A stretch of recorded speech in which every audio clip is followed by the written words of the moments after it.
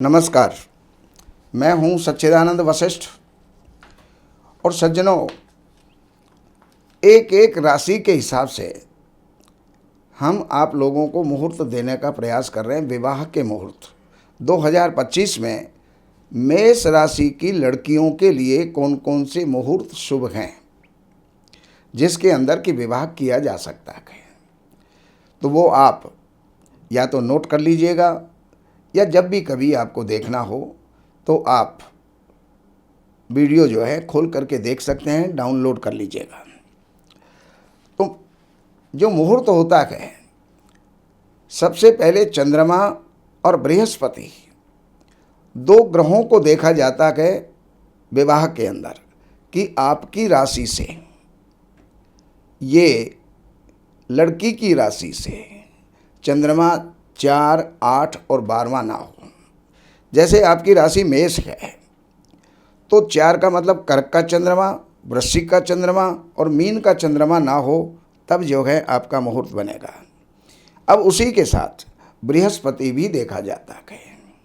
अब उस बृहस्पति के अंदर 4, 8, 12 ये तो निषेध है ही है। इसमें कुछ पूजाओं के भी जो हैं योग बनते हैं। जैसे किसी के दूसरा, 5वां, 9वां स्थान में है तो उसमें कोई पूजा की आवश्यकता नहीं होती, 7वां है तो कोई पूजा की आवश्यकता नहीं होती।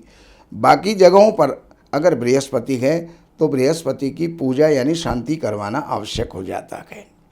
अब मैं आपको जनवरी से लेकर के और दिसंबर तक की जो मेष राशि की लड़कियां हैं उनके मुहूर्त कौन कौन से शुभ बनते हैं वो मैं दे रहा हूँ।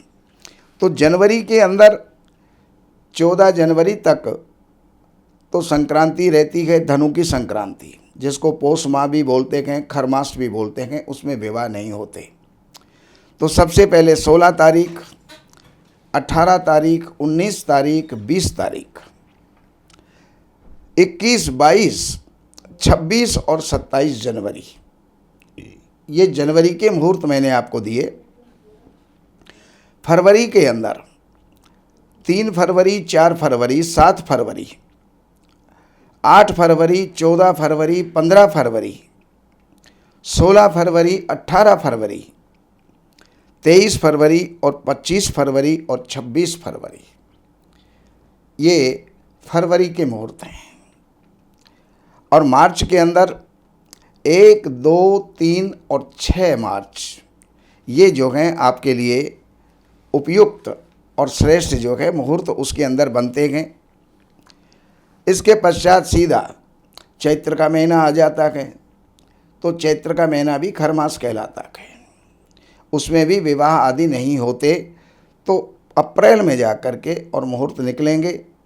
तो 14 अप्रैल, 18 अप्रैल, 19, 20 अप्रैल, 21, 22 अप्रैल, 23 अप्रैल, 29 और 30 अप्रैल, ये अप्रैल के मुहूर्त हुए।